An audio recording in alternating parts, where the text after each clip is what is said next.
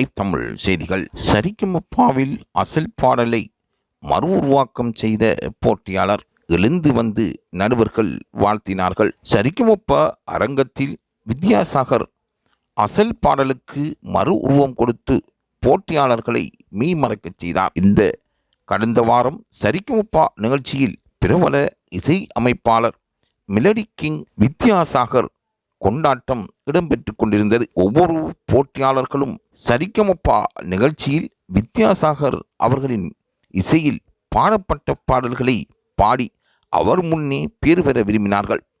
இந்த நிகழ்ச்சியில் மொத்தம் 26 போட்டியாளர்கள் பங்கு பெற்றிருந்தார்கள். ஒவ்வொரு போட்டியாளருக்கும் ஒவ்வொரு வித்தியாசமான திறமையும் அனுபவமும் அவர்கள் பெற்றிருந்த சங்கீத கல்வியும் அவர்களை மேம்படச் செய்திருக்கின்றது. அந்த போட்டியில் பல பேர் தங்கள் திறமையை நிரூபித்திருந்தார்கள்.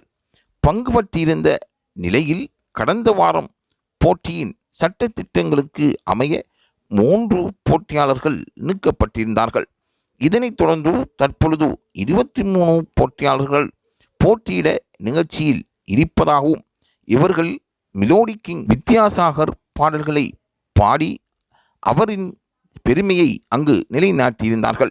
இதில் போட்டியாளர்கள் பவித்ரா மற்றும் கௌசிக் அசல் பாடலை மறு உருவம் கொடுத்தது போல பாடியிருந்தது அரங்கத்தில் இருந்த நடுவர்கள் முதல் அனைவரையும் கவர்ந்திருந்தது. இந்த வாரத்தில் நடைபெற்ற சரிகமபா அதிசயம் என்றே கூற வேண்டும். அப்படித்தான் பிரபல்யமிக்க பாடகராகவும் மக்களின் மனங்களில் இடம் பிடித்த பாடகராகவும் திவினஸ் மாறியிருந்தார்.